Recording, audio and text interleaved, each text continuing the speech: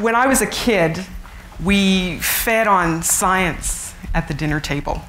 My dad was a biologist at the University of Regina, and he was so in love with all the stuff he was teaching that he used to spill over into our meal times. And I remember particularly dreading Thursday evenings dinners for one whole year, because he happened to teach a parasitology class right before we, he came to the dinner table, and he just kept, as he carved the main course, he just kept moving it through, and it was always a bit shocking to see that. But it never occurred to me that I would spend my life writing about science. This came as a shock. I became a journalist, and I just wanted to let people in on the stuff that they wouldn't necessarily hear about. And as I started researching that, I realized that science was just the best story going. And so I just kept looking at it. I followed scientists. I tagged along with them all over the world, looking at what they were finding out, and became obsessed with the life support systems of the planet and how they work, and ultimately how our species is changing them. And what I have found over the years has really shocked me. But I think nothing really, changed me until I went to Madagascar to do my first big international science story. And I actually traveled from Calgary to Toronto to Paris to Antananarivo, which is the capital of Madagascar. And I think that was 10 time zones and 29 hours on an airplane, and then took another flight from Antananarivo down to the bottom of this great island off the coast of Africa. And as I flew over it, I could see all of the soil. This was a story about the vanishing forests of Madagascar. And as I flew over this island, I could see this red soil bleeding out into the Indian Ocean around the island of Madagascar. And it looked like a wounded animal. And I remember at dawn the next morning going onto the ancient golden sands of the beach near this little town where I was staying, and submerging myself in the ocean. And for the first time, I'd written a lot of stories about the Earth and the planet, but I had never felt like I was part of it. I had always felt like an observer, as a good journalist is supposed to be. And in that moment, I finally and irrevocably realized that we're in this all together. And my life shifted, and I started to write about this much more full time. And it took me a long time after that to realize that the sea is actually the big story. And when again, what I found out really shocked me. I didn't know that the ocean, the global ocean, is a single interconnected system, that it contains 99% of the living space on the planet. I had a 1% view of the world. I'd been looking just at things that lived in the air.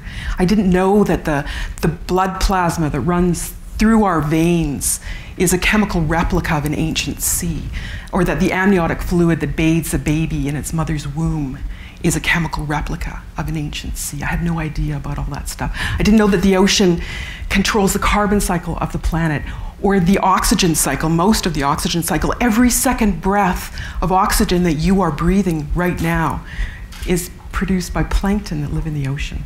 All of these things just it never dawned on me that this was what was happening. And then as I traveled the world and looked at scientists and what they were finding out about all this stuff, about all these systems, I realized that we are actually changing some of the fundamental chemical properties of the global ocean. And for years, for most of the time that humans have been on the planet, it has never occurred to anybody that we could change these systems. And suddenly, in the last 10 or 15 years, scientists are discovering that we're changing them. It all has to do, it's all linked to the carbon dioxide concentrations in the atmosphere, which of course are what's leading to climate change. But for years, scientists didn't realize that they also affect the chemistry of the global ocean, and this has shocked them. There are a bunch of different things that we're doing to the global ocean. We all know about taking fish out of it and all that kind of stuff. But the one I'm going to focus on, well, I'm going to focus on three. These are the three that scientists call the Evil Troika, because they are greater than the sum of their parts. Each one is terrible, but together they're really awful. And the first one that's really important is that we are changing the acidity of the global ocean. We're changing the pH, which is a basic chemical descriptor of the global ocean. How are we doing this? Scientists didn't even know until literally 1999 was the first paper on this stuff that described this. What's happening? It has to do with these high concentrations of carbon dioxide in the atmosphere. Strangely enough, what's happening is that when we burn fossil fuels, we call them, but they're really fossilized plants and animals that lived millions of years ago. And we burn them and put the carbon that has been stored, locked in their bodies, into today's atmosphere. So we're putting ancient carbon into today's atmosphere, and we're raising the concentration of carbon dioxide in today's atmosphere, which is why we've got, you know, climate change and all that kind of stuff. And for years, scientists were saying, isn't it wonderful? There's the ocean absorbing a whole bunch of that CO2, saving us from even higher concentrations of carbon dioxide in the atmosphere. Until they realized a few years ago that we've put so much ancient carbon into today's atmosphere, and so much has been absorbed into the global ocean, that we're actually changing the pH of the global ocean. Because when carbon dioxide hangs in the atmosphere, it holds heat against the body of the planet. When it goes into the ocean, but it's inert, chemically inert, when it goes into the ocean, it combines with ocean water to create carbonic acid. And we've put so much into the atmosphere, and so much has gone into the ocean, that we've actually dropped the pH by about, well, the ocean is today about 30% more acidic than it was before we started burning fossil fuels, which is astonishing.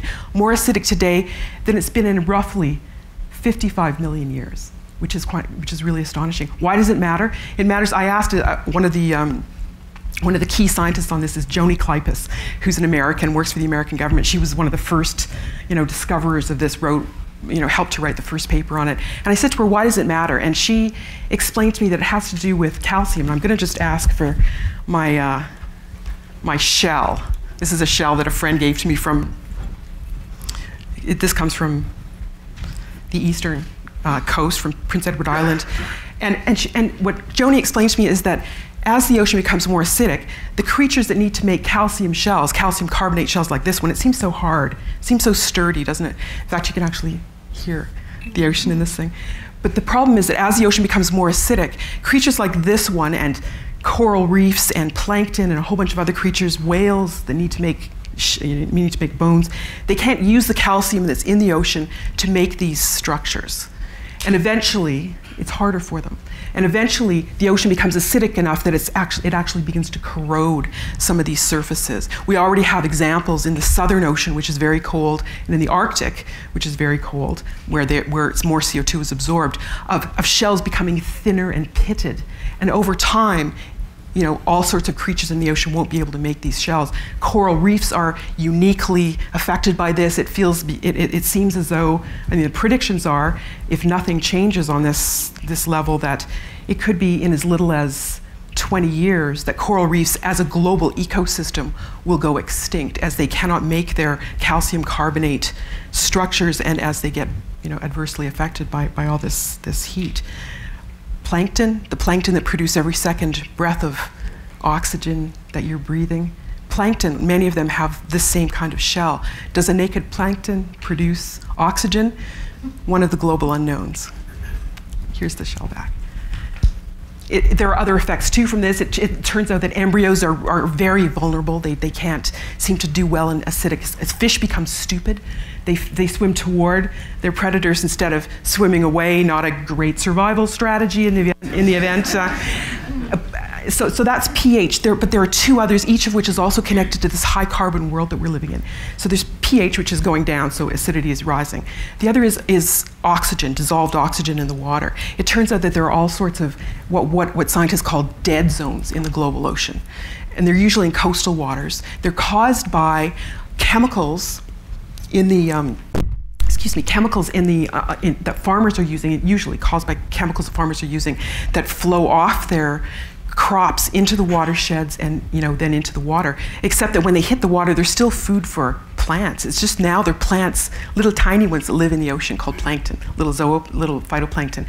The plankton go crazy with all this extra food. It's phosphorus and nitrogen. They go nuts with this stuff. They reproduce like crazy. Algal blooms die. They fall to the bottom of the seabed floor, where the second part of the process takes over, and bacteria start to decompose them. And as they decompose them, they use up all the oxygen in the water. And so from this one little tiny spot on the seabed floor, develop these great big huge dead zones. I looked at one in the Gulf of Mexico that was 17,000 square kilometers just in area, and literally we would trawl through it and there was nothing living in this thing. It was at the bottom of it was just a bunch of corpses of creatures that couldn't swim away from the lack of oxygen in the water. So that oxygen is a big one. There are 407 dead zones now in the global ocean. And the critical thing that scientists are worried about, this is one of these things that keeps them awake at night, is that 3 that have been discovered very recently in large current systems are caused not by chemical runoff that you can stop. They're caused instead by global climate change that is affecting temperature and ocean currents. 3 of them. And the implication there is that, of course, they can spread in an unwieldy kind of way, in an unpredictable kind of way. So we've got pH, we've got oxygen. The third of the 3 things that scientists are so worried about is temperature. And again, this is caused by high concentrations of carbon dioxide in the atmosphere. So all of this extra heat that the carbon dioxide is holding against the body, well, 80% of it is actually absorbed into the ocean. So the temperature of the global ocean is actually rising, very slightly, but very significantly. What it means is that creatures are moving all over the place. And they're moving, so this great dance of life that has evolved to work in the ocean is not working in the same way. Creatures are not moving in the same way. They're not moving at the same rates as they expected to do. So if you're like me, so here I am, a journalist. I'm looking at this stuff.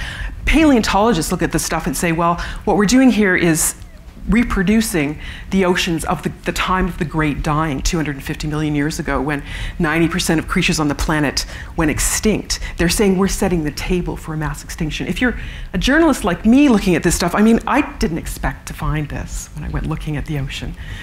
I went to bed for a month in a fairly serious depression after I figured this out, and thought to myself, what's the point of writing a book about all of this? It seems like it's, why waste the trees? You know, didn't seem like there was much.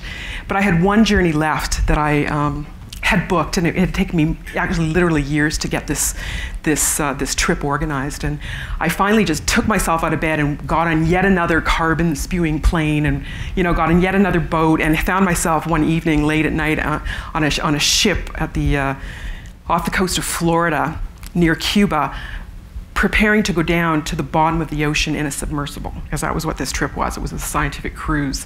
And here we were, 10 o'clock at night, the chief scientist whipped over to me and said, you, Mitchell, you're the newbie, you're gonna be the first one on this submersible in the morning. And I lay awake like this at night with my eyes, in my bunk, rigid like this, my eyes open. I didn't sleep a wink.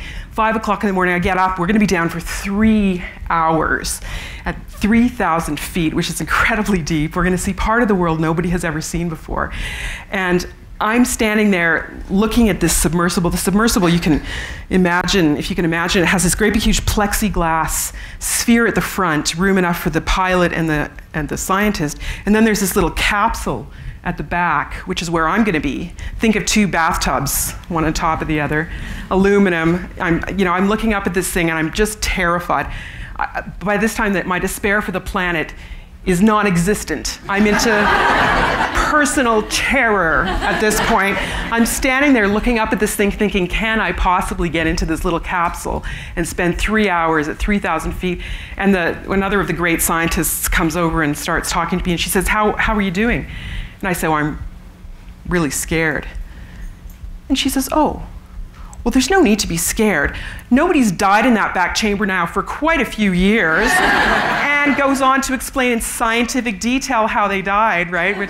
Which was that they were breathing out carbon dioxide and it wasn't being taken out, filtered out adequately into the ocean, and there they died of too much carbon dioxide poisoning.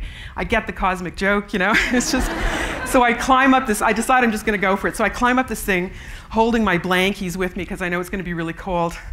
Get up into I have to lie down to fit. So if you can imagine, I'm not a big person, but I'm lying down to fit. I've got these 2 little tiny portholes on either side. The engineer of this thing, who helped to build the ship, the submersible, comes up and he's lying beside me. So his head at my feet, my head at his feet.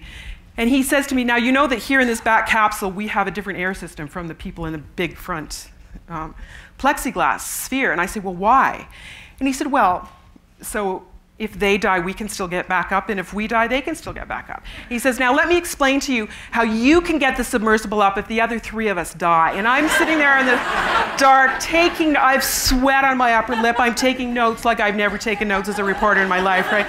And then the hatch, bangs shut and down we go. And we all know that if there's the slightest pinprick in this shell, at 3,000 feet, we're dead instantly. There's no going back, right? And so all I can think about this whole way down, half an hour to get down, 100 feet a minute, is that all this water that's surrounding me wants to be where I am. That's all I can think about, you know. And I keep thinking, okay, for years I've been studying this. I've traveled all over the world, 13 journeys, 2.5 years to be here in this submersible.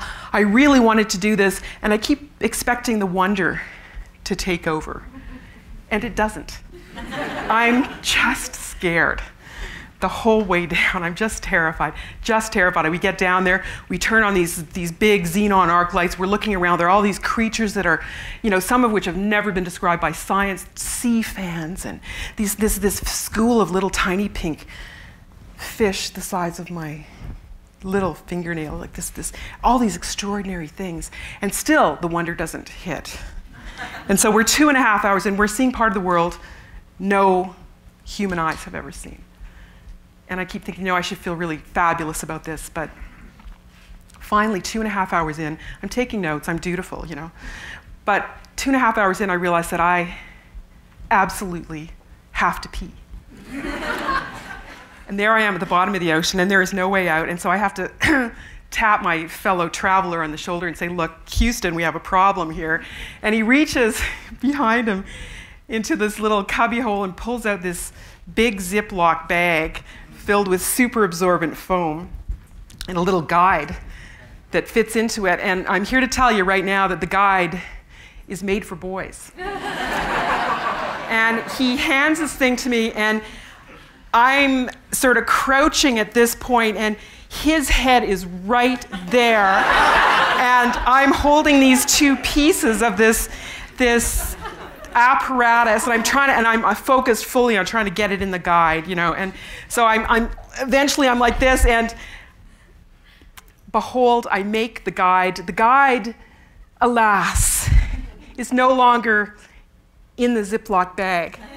And I peed all over the inside of the submersible, all over him, all over myself, all over the electronic equipment that's keeping us alive at 3,000 feet. My friend, the engineer, pulls out some blankets and towels and a much larger Ziploc bag and pops them in. And at that point, I had my epiphany, which is simply that all these journeys, for all this time, I'd been trying to walk myself, trying to convince myself that I should have hope. And I realized down there that, you know, hope is quintessentially human. It's also absurd. But it catches and it spreads. And unless we choose to have hope for the planet, we simply won't have it, and it won't exist. And what do you do with hope? Well, you take it to action. Hope has to go to action. What should you do? I would never want to limit your imagination by giving you a list of the things that you should do. But I beg of you, you now know what the problem is. I hope you spend all night awake tonight thinking about what gift you personally can bring to this. And I hope that you figure out what it is and when you can give it. Thank you.